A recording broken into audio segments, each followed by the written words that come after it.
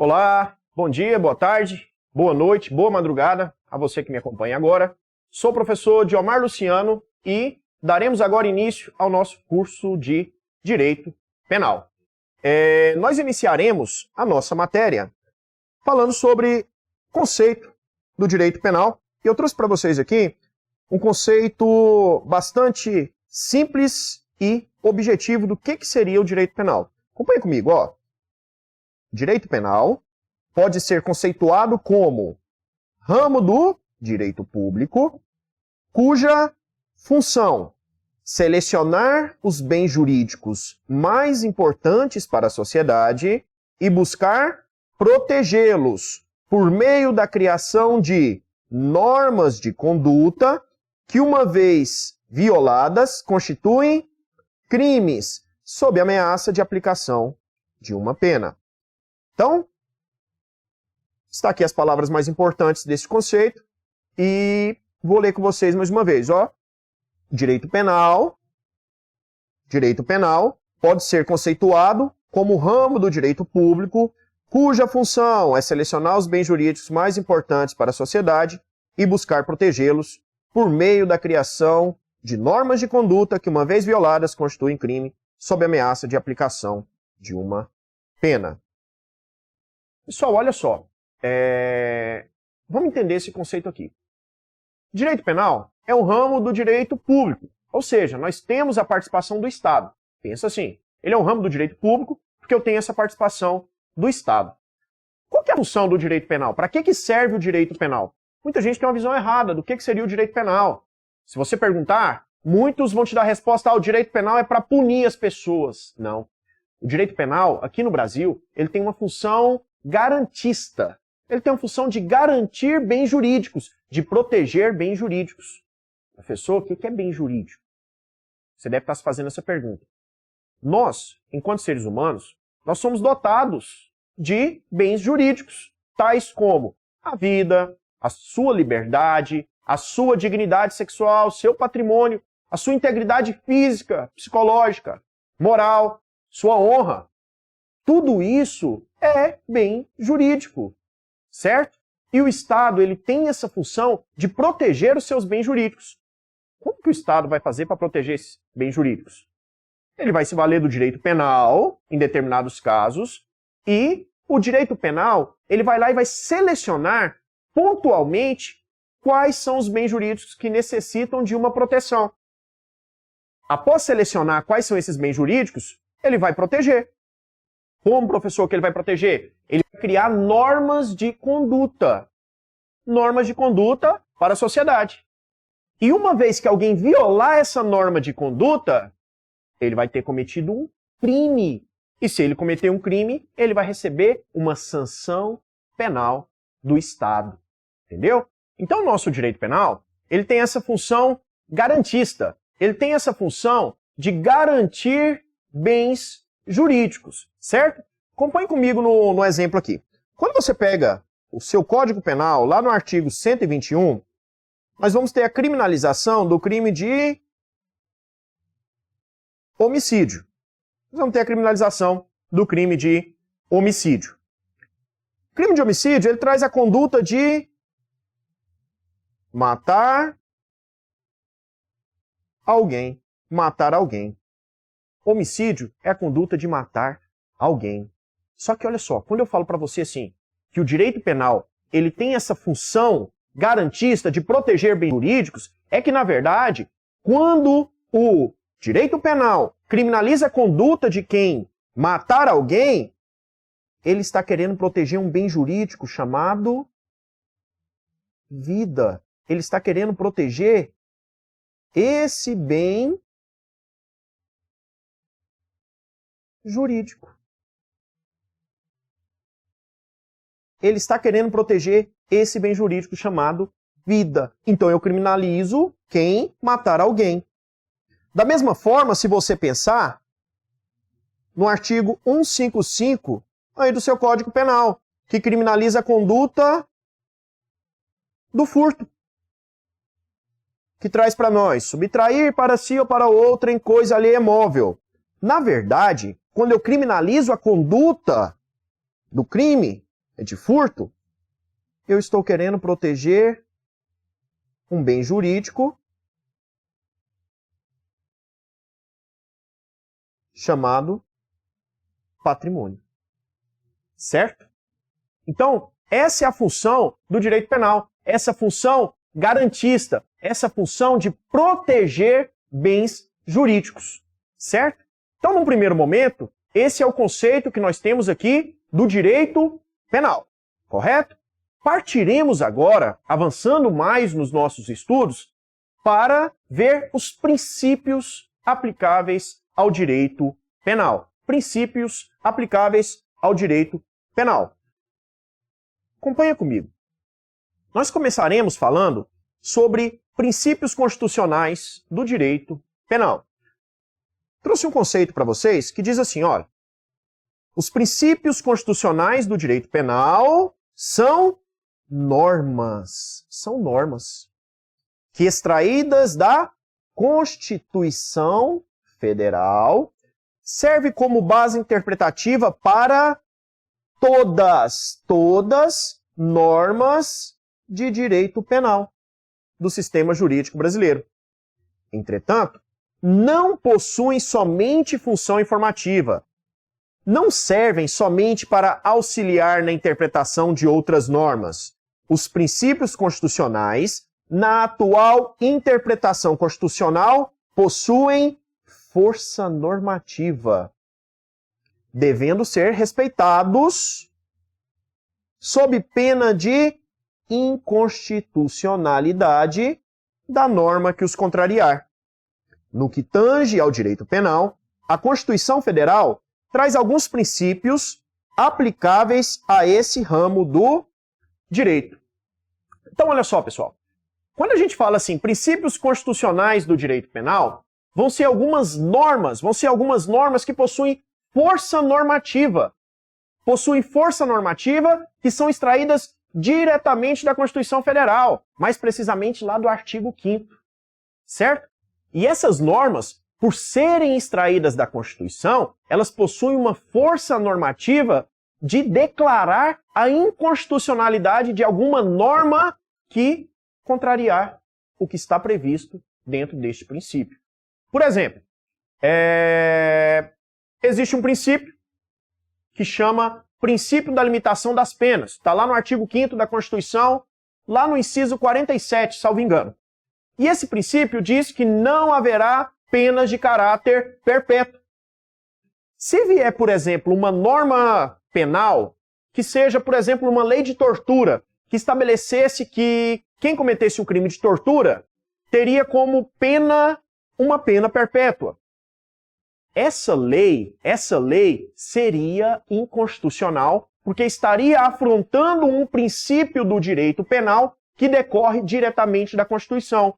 Ou seja, aquilo que vai contra a Constituição é inconstitucional. Então eu quero que você tenha essa visão sobre princípios. O que são os princípios constitucionais do direito penal? São normas que, extraídas da Constituição, mais precisamente lá do artigo 5º, possuem uma força normativa. Devendo ser respeitadas. E a norma penal que contrariar estes princípios, essas normas decorrentes da Constituição, essa norma será declarada inconstitucional, porque contrariou uma norma que é extraída diretamente aí da Constituição. Então, fique com esse conceito, fique com esse entendimento do que seria princípio constitucional do direito penal, ou princípios constitucionais aí do nosso direito penal. Certo? Nós começaremos falando, num primeiro momento, de um princípio chamado princípio da legalidade. Esse princípio da legalidade, ele está previsto para nós lá no artigo 5º, inciso 39 da Constituição Federal, que traz o seguinte conceito. Ele vai falar assim para nós, ó: não há crime sem lei anterior que o defina, nem pena sem prévia cominação legal. Ele também vai estar previsto para nós lá no artigo 1º aqui do Código Penal, que fala assim para nós, ó: Não há crime sem lei anterior que o defina, não há pena sem prévia cominação legal. Só que olha só, esse princípio nosso da legalidade, ele vai se subdividir em outros dois princípios. Um deles eu vou chamar de reserva legal e o outro eu vou chamar de anterioridade. Certo? Um eu vou chamar de reserva legal e outro de anterioridade. Olha só. O esquema que eu quero que você tenha em mente é assim, ó.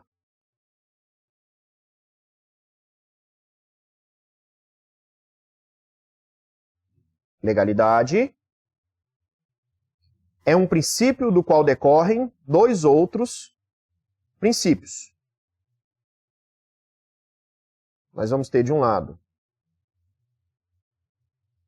a reserva legal e de outro lado a anterioridade.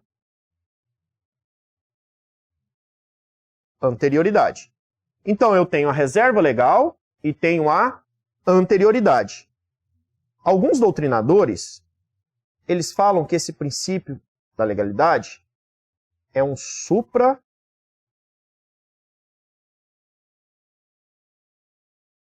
supraprincípio, porque dele decorrem outros dois princípios.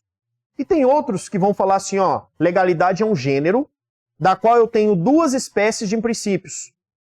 De um lado a reserva legal e do outro lado a anterioridade. Certo? Nós vamos trabalhar bem estes conceitos. Do que seria esse princípio da legalidade e o que seria esse princípio da reserva legal. Certo? Pessoal, então olha só, eu vou trazer para cá o nosso princípio da legalidade e vou fazer umas marcações do que é importante para nós aqui para entender o que seria esse princípio da legalidade. Primeira coisa que você tem que saber e entender, esse princípio está dizendo o seguinte, olha, se você quiser criar um crime, você vai fazer ele através de uma lei.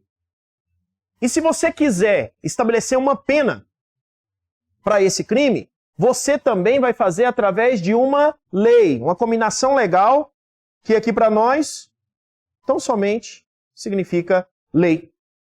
Ah, então quer dizer que se eu quiser criar um crime, eu tenho que fazer através de uma lei? Isso. Se eu quiser estabelecer uma pena para esse crime, tem que ser através de uma lei? Exatamente isso. Para se criar um crime, tem que ser através de lei. Para se estabelecer uma pena para esse crime, você também precisará de uma lei. Mas espera aí, qualquer lei? Será que eu posso me valer de qualquer diploma legislativo para criar um crime, para estabelecer uma pena para esse crime? Será que é qualquer diploma legislativo? Quem vai responder essa pergunta para nós é o princípio da reserva legal. O princípio da reserva legal, ele vem falar para nós que é somente a lei em sentido estrito.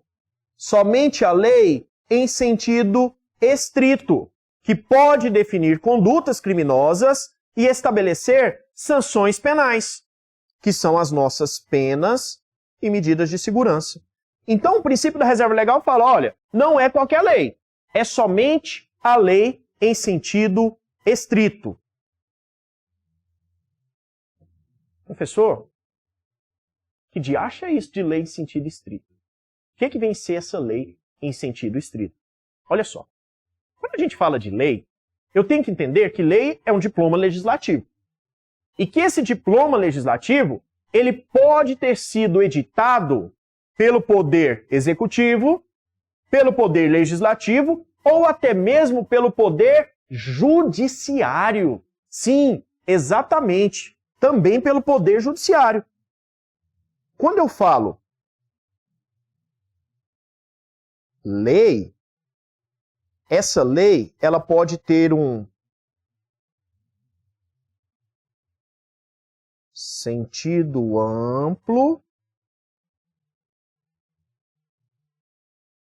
ou essa lei, ela pode também ter um sentido estrito. Quando a gente fala nessa lei aqui em sentido amplo, lei em sentido amplo é qualquer diploma legislativo. Qualquer diploma legislativo. Seja esse diploma do Poder Executivo, seja esse diploma do Legislativo, ou seja esse diploma até mesmo do Judiciário. Qualquer diploma legislativo eu vou considerar como uma lei em sentido amplo. Qualquer diploma legislativo. Nós sabemos que a atividade típica de legislar pertence a esse poder aqui, ó, a esse poder legislativo. Que o executivo e o judiciário, eles fazem isso tão somente de forma atípica.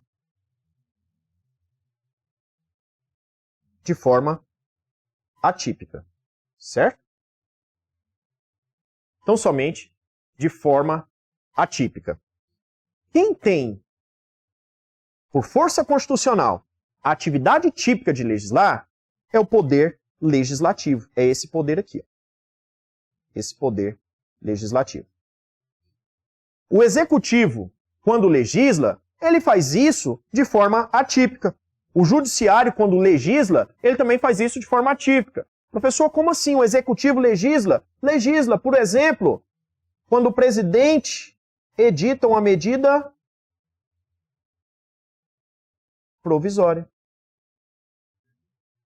O judiciário legisla, professor? Legisla. Quando o judiciário, por exemplo, ele edita uma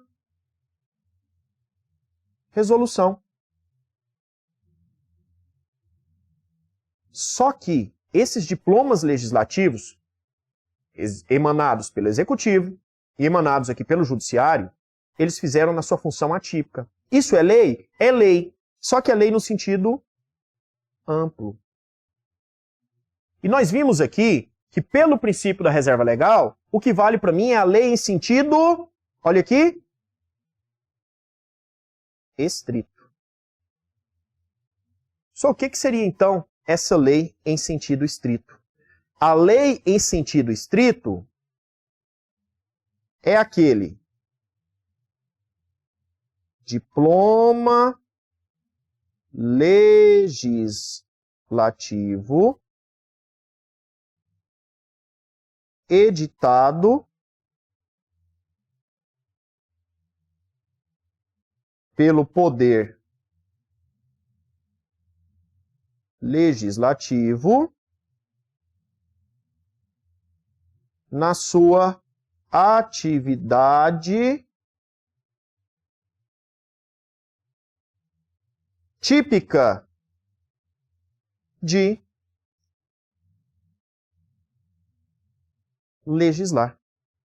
É o diploma legislativo editado pelo Poder Legislativo na sua atividade típica de legislar. Então, olha só, nós vimos que os três poderes editam diplomas legislativos. O Poder Executivo, Legislativo e Judiciário. O Executivo e o Judiciário, quando editam diplomas legislativos, eles estão fazendo uma função atípica, uma função que não é a sua função definida constitucionalmente. O Executivo tem a função de administrar, o Judiciário de julgar. Quem tem a função de editar leis, por força constitucional, é o Poder Legislativo. Porém, o Executivo, na sua atividade atípica, edita leis. O Judiciário, na sua atividade atípica, também edita leis. Só que essas leis são chamadas de leis em sentido amplo, e elas não interessam para o direito penal. A lei que interessa para nós, aqui no direito penal, é essa aqui, ó, a lei em sentido estrito. E o que vem a ser essa lei em sentido estrito? É o diploma legislativo editado pelo Poder Legislativo na sua atividade típica de legislar. E olha que interessante. Só existem duas espécies de leis que são editadas pelo Legislativo na sua atividade típica de legislar. É somente a lei ordinária e a lei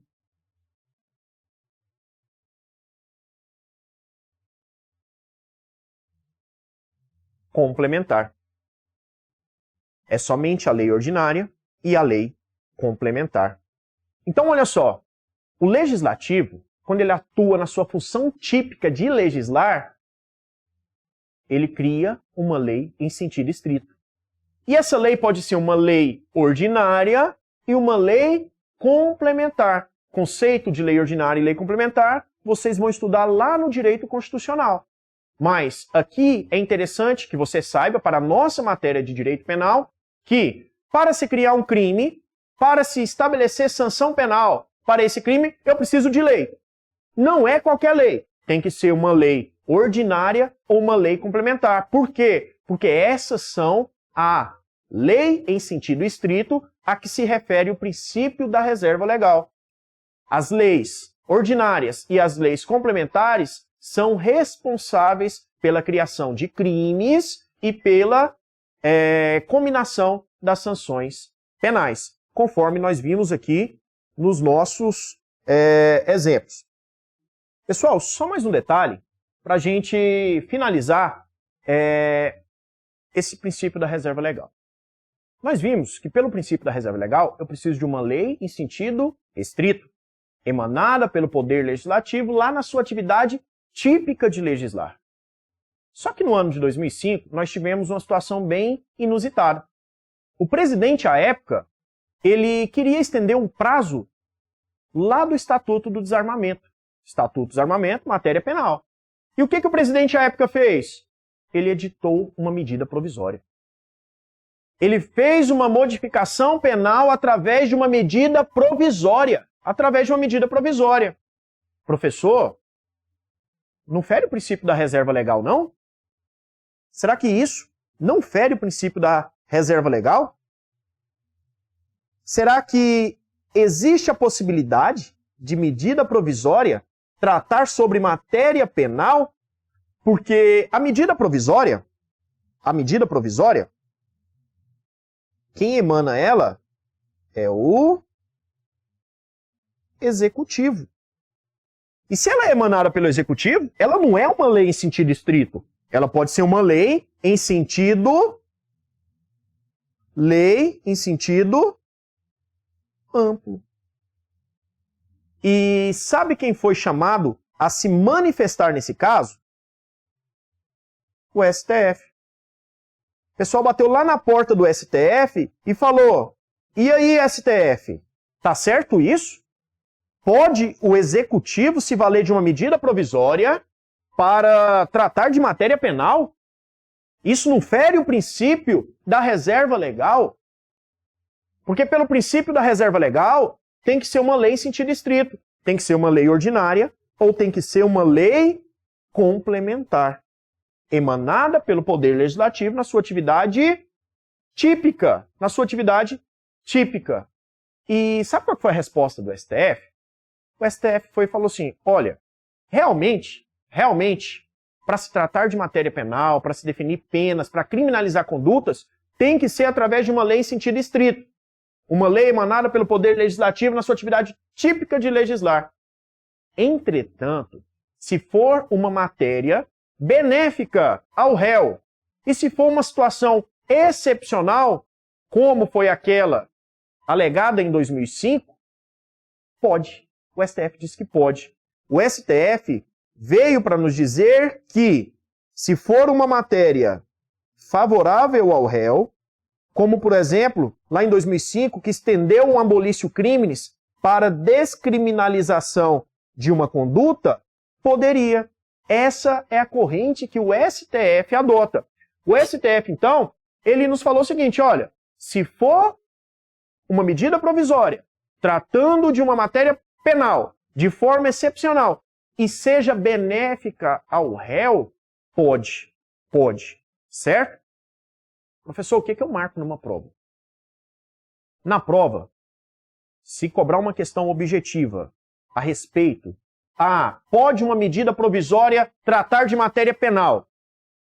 A princípio, você vai marcar que é falso. Por quê? Só será verdadeira essa afirmação se ela ressaltar que, no entendimento do STF, se for uma situação excepcional, desde que trate matéria favorável ao réu.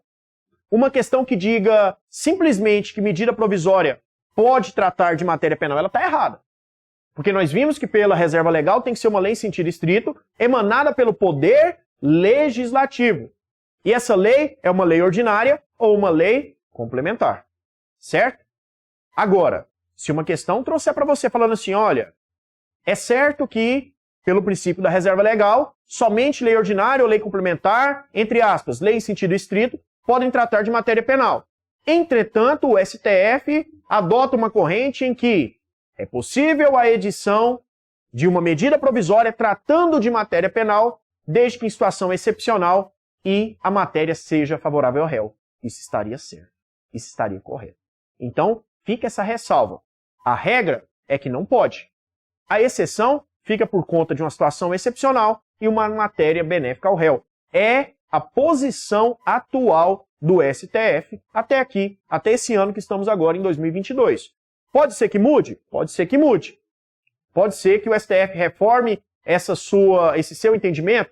Pode ser que sim. Mas até que em 2022 você vai adotar que, de forma excepcional e matéria benéfica ao réu, poderia sim uma medida provisória tratar de temas penais. Tá ok? Finalizamos agora, de fato, então, o nosso princípio da reserva legal. E agora nós vamos falar desse princípio da anterioridade da lei penal. O que seria esse princípio da anterioridade da lei penal? Acompanha comigo. O princípio da anterioridade da lei penal, ele estabelece que não basta que a criminalização de uma conduta se dê por meio de uma lei em sentido estrito, mas que essa lei seja anterior ao fato. Que essa lei seja anterior ao fato. Aqui saiu errado. É lei em sentido estrito, tá? Ou seja, não basta que alguém vai lá e criminalize uma conduta através da lei em sentido estrito, que nós aprendemos lá pelo princípio da reserva legal. Mas essa lei, ela tem que ser anterior ao fato. Ou seja, se eu quero criminalizar uma conduta, primeiro eu tenho que ter uma lei dizendo que aquilo é crime, para só depois aquilo ser crime. Professor, como assim? Vamos pegar um exemplo. Imagine a conduta de você andar na rua sem máscaras, em plena pandemia, agora provocada pela Covid-19. Andar na rua sem máscara é crime? Não, não é crime. Mas poderia ser crime? Poderia. Desde que o legislativo, se valendo de uma lei em sentido estrito, que pode ser uma lei ordinária ou uma lei complementar, editasse o crime dizendo: andar em espaços públicos sem máscara de proteção facial é crime apenado, por exemplo, com detenção de 1 a 4 anos. Poderia o legislativo fazer isso? Poderia. Só que essa lei teria que respeitar uma anterioridade. Ou seja, ela só poderia ser aplicada do momento em que ela entrasse em vigor para frente. Ela não poderia alcançar fatos anteriores à edição dessa norma, pelo princípio da anterioridade. Então não poderia, por exemplo, essa lei querer criminalizar fatos antes da sua entrada em vigor, porque senão estaria ferindo o princípio da anterioridade. Então esse princípio vem dizer para nós o seguinte: olha, se eu quiser criminalizar uma conduta, eu tenho que ter essa ordem aqui, ó. A lei tem que ser anterior ao fato. Primeiro, a lei, para depois criminalizar esse fato previsto aqui na lei. Eu não poderia fazer isso daqui, ó. A lei, ela não poderia alcançar fatos anteriores à sua vigência, certo? Ela não poderia alcançar fatos anteriores à sua vigência, certo? A lei, ela tem que ser anterior ao fato. Ela tem que ser anterior à prática da conduta que eu estou querendo criminalizar. Esse é o princípio da anterioridade. Para o legislativo criar um crime, ele tem que respeitar a anterioridade. Ele não pode criar um crime e querer que esse crime retroaja a fatos e criminalize esses fatos quando não tinha ainda a lei. Esse é o nosso princípio da anterioridade. Tranquilo? Fácil, fácil, bem tranquilo, bem menos complicado que o princípio aí da reserva legal. Tranquilo?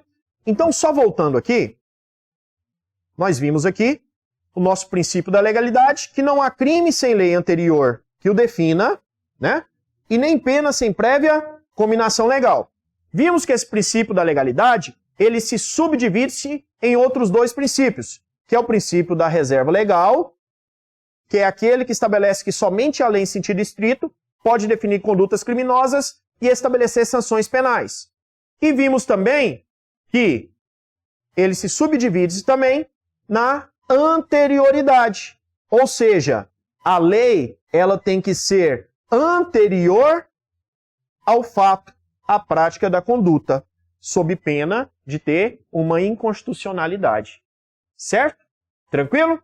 Então, seguindo aí o nosso edital, essa é a nossa matéria de princípios constitucionais do direito penal e vimos até aqui o princípio da legalidade, o princípio da anterioridade e o princípio da reserva legal.